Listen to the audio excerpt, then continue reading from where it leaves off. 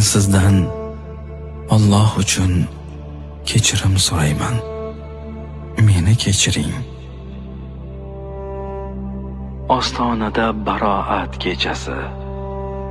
Bugun shom namozi kirganidan keyin gunohlar mag'firat qilinadigan muborak baroat kechasi kirib keladi. Ushbu kechada bandalarning gunohlari kechirilishi bashorat qilingan. Biroq o'zaro arazlashgan, qalbidagina adovat saqlagan, vasilai rahmni uzgan kimsalar bu mag'firatdan mahrum qoladi. Alloh asrasin. Aslida kechirish juda oson. To'g'ri, balki dilingizni og'ritishgan, yaxshiliklaringizni bilishmagandir, ammo baribir kechirimli bo'lish yaxshi. Ko'nglingizga ozor berganlarni kechirish uchun o'zingizni ovutib, bahonalar to'qishga urinmang. Balki shuncha gunoh qilsangiz ham Alloh sizning gunohlaringizni kechirayotganini, u zot sizga lutf etayotgan beminnat ne'matlarni eslang.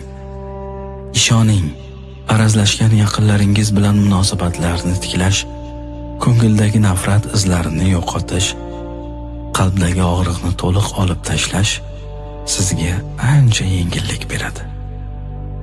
Baroat kechasi gina adovat, nafrat, arazlar, xafagarchiliklar unutiladigan, hamma bir-biridan rozilik hamda kechirim so'raydigan kecha.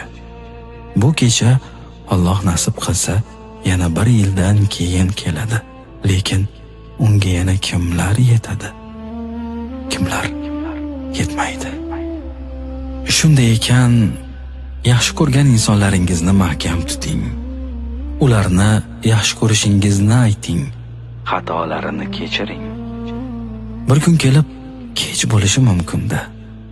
Hayot gina saqlashga, g'azabga, rishtalarni uzishga arzimaydi.